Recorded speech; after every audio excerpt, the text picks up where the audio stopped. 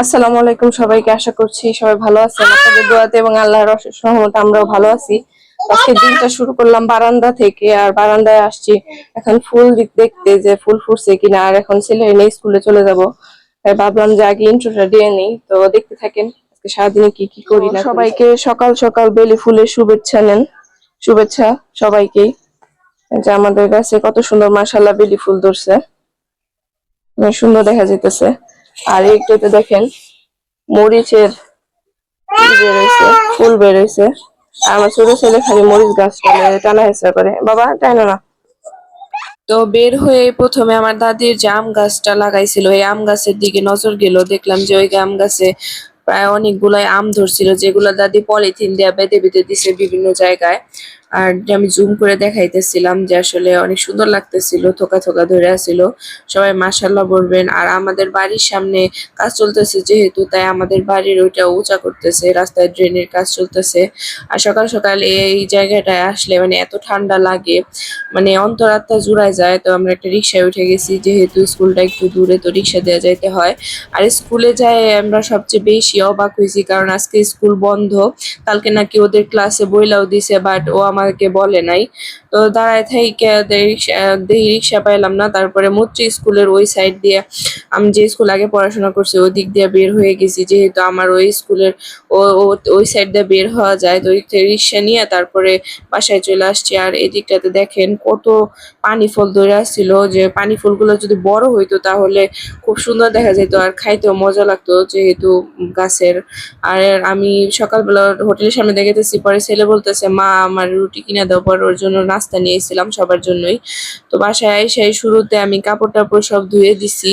আর বাহিরের ওয়েদারটাও জানি কেমন, আমি সব বিছানা কাঁথা ঘরের চাদর টাদর সব উঠাইছি।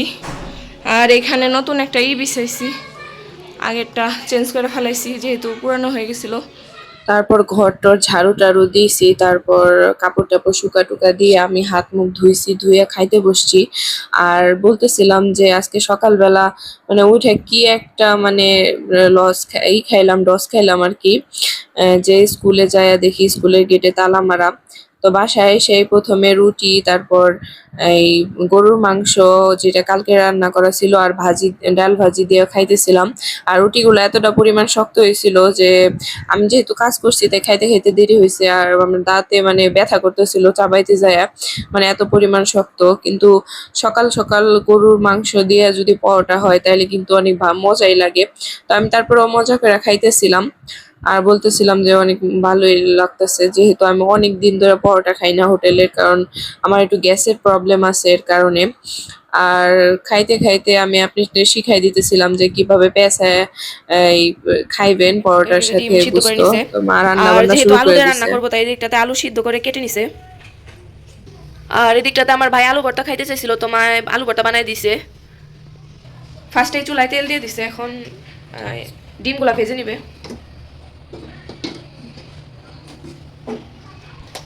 তো লবণ এখানে একদম ইয়ের মধ্যে দিয়ে দিল, তেলের মধ্যে। আর এখানে সামান্য হলুদের গুঁড়া আর মরিচের গুঁড়া দিবা, সামান্য হলুদের গুঁড়াও দিয়ে দিব, তাহলে কালারটা অনেক সুন্দর আসে।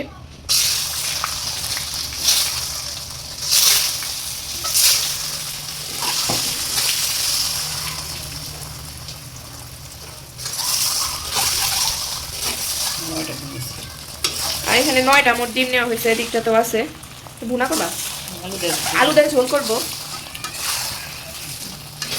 এই যে ভাজা দেখেন কত সুন্দরভাবে হয়েছে, এইভাবে আপনারা ট্রাই করতে পারেন। তো উঠাই নিতেছে, তো না খাই না, না খাইনি না কোনো। তেলের মধ্যে এভাবে দিয়ে দিলে অনেক সুন্দর কালার আসে, আর মাখাই নিলে নিলেও হয়। বাকি 5টা দিয়ে দিতেছে।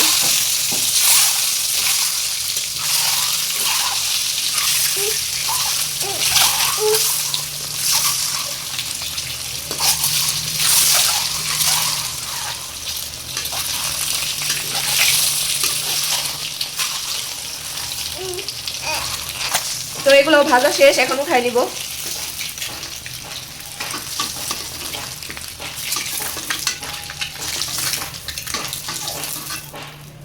তো এখানে ফোড়নে দিয়ে দিল এটা কি এলাচি, তারপরে তেজপাতা আর দারচিনি।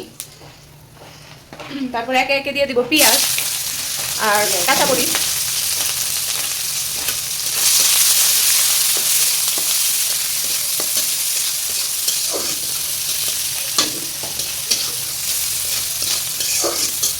এইটাতে ভাজা ভাজা হয়ে গেছে, এখন এটার মধ্যে দিয়ে দিব আদা রসুন বাটা, হালকা একটু পানি দিয়া। ফার্স্টে পানি দিয়ে দিল, আর এখন দিয়ে দেবো আদা রসুন বাটা।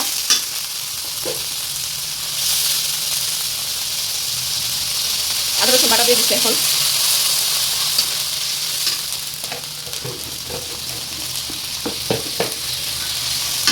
তারপর দিয়ে দিবে স্বাদ মতো লবণ আর হলুদ গুঁড়া, মরিচের গুঁড়া। মানে যে যেরকম ঝাল খায় ওটার উপরে ডিপেন্ড করে যে কে কতটুকু মশলা ইউজ করবো। আর ডিমের তরকারিতে অত মশলা ইউজ করলে মজাও লাগে না। ডিমের তরকারি, লাউ এগুলোতে সবসময় মিডিয়াম ঝাল রাখতে হয়। সামান্য গুঁড়া মরিচের গুঁড়া দিয়ে দিচ্ছে, যেহেতু ঝোল ঝোল করবো এর কারণে।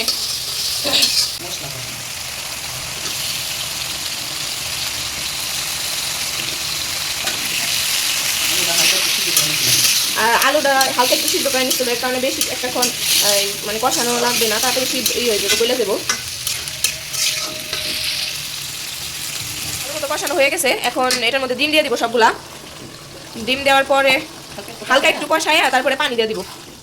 পানি দিয়ে দিলে মানে যতটুকু শুকাইলে তরকারি রেডি। অত নাড়াচাড়া দেওয়া যাবে না, যেহেতু ডিম ভাঙা যাবো। তো হালকা হয়ে গেছে, হালকা যেহেতু বেশি একটা কষাই দেবে না, হালকা কষাইলো। তো এখন পানি দিয়ে দিব। আর এই যে কষানোর পরে পানি দিয়ে দিল বেশি করে। এখন পানিটা শুকাই গেলেই হালকা গরম মশলা দিয়ে দিবে। জিরার মতো যতটুকু ঝোল রাখা আর কি জরুরি বা রাখবো ততটুকু রাখছে। এখন এটার মধ্যে জিরার ফাঁকি দিয়ে দিব, চুলা বন্ধ করে তারপরে জিরার ফাঁকি দিয়ে দিলেই তরকারি রান্না কমপ্লিট। আর এই আজকে সিম্পল রান্না বান্না।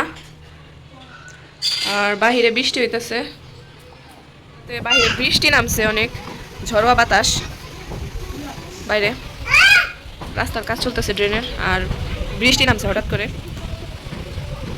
মেঘলা আকাশ। ভাত আর এখানে আছে ডিমের তরকারি, যেটা আলাদা রান্না করছে। তো এখন খাওয়া দাওয়া করি, মানে খাওয়া দাওয়ার ভিডিওটা আজকে করতে পারবো না, কারণ বাচ্চা কান্নাকাটি করতেছে। তো আপনারা পাশেই থাকেন, দেখতে থাকেন বিকেলে কি করি। আর এইটা দেখেন বৃষ্টি হইতেছে, তো বাহিরে বৃষ্টির কারণে আমার গাছের আম একটা ছিঁড়ে গেছে, অনেক কষ্ট লাগতেছে, কারণ অনেক আশা করছিলাম যে পাকায় খামু। এটা মনে হয় মিষ্টি হইব খাইতে। দেখেন কতটা সুন্দর। আর বাহিরে ঝড় বৃষ্টি হইতেছে, দুধ ফুটাই নেওয়া হইতেছে এটার মধ্যে। এখন এই যে শুকা রুটি, মানে যেটা বাকরখানি বলে, সেটা আর কি সেমাইয়ের মতো রান্না করবো। এটা ভিজাবে আর কি, ঠান্ডা করে নিছে। এখন এই যে এগুলো সব 2 ভাগ করে দিয়ে দিতেছে। আর এইভাবে ভিজাই খাইলে অনেক মজা লাগে বাকরখানিগুলা। আর এটার সাথে নারিকেল দেওয়া যায়, নারিকেল দিলেও মজা হয়, কিন্তু নারিকেল ছিল না ঘরে, যার কারণে দিতে পারে নাই। বারবার বারান্দায় যাই, এই যে কি করতেছে, কি করো? হ্যাঁ, ওই বৃষ্টির পানিতে ছিটা আইছে না হালকা হালকা, এটা ই করতেছে, নাড়তেছে।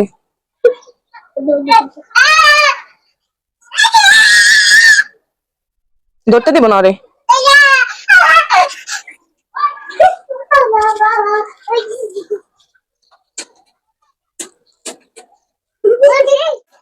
আবু, আবু, কিসে আমো?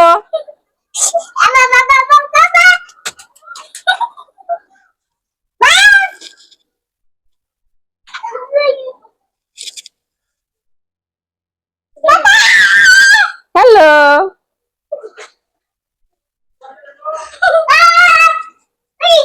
হ্যালো। এটাতে শুকা মানে বাকরখানি গুলা দেখেন ভিজে গেছে। এখনকার দিনে বাকরখানি গুলা কেন কেমন, মানে ভিজাইলে মানে সাইডে সাইডে দেয়, আগেকার গুলো অনেক শক্ত ছিল।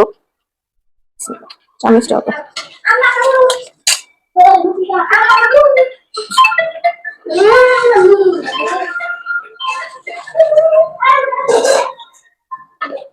তো এদিকটাতে আমি যে বাকরখানি নিয়ে নিছি। আমার যেহেতু খাইতে মন চাইছিল তাই একটু বেশি নিছি। আর সবার খাওয়া শেষ, আমি লাস্ট। দেখি কেমন হয়েছে।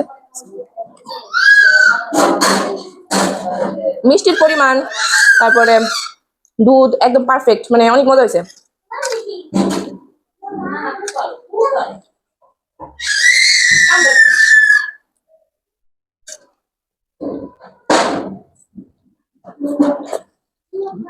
তো খাওয়া দাওয়া করি আমরা। তো এখন অনেক রাত হয়ে গেছে প্রায়। তো এখন আর ভিডিওটা কন্টিনিউ করব না, বাচ্চাদেরকে একদম খাওয়াই টাওয়াই ঘুম পাড়াই দিব। তো আজকের ভিডিওটা এই পর্যন্তই থাকবে। তো আপনারা যদি আমার চ্যানেল নতুন হয়ে থাকেন তাহলে অবশ্যই একটা সাবস্ক্রাইব করে দিবেন। আর পাশে থাকা বেল আইকনটা বাজায় দিবেন, তাহলে সব নোটিফিকেশনগুলো আপনারা সবাই যে যেখানে থাকেন সুস্থ থাকেন। তো আজকের মতো বিদায়, আল্লাহ হাফেজ। বাবা আল্লাহ হাফেজ দিয়ে দাও। টা টা টা টা।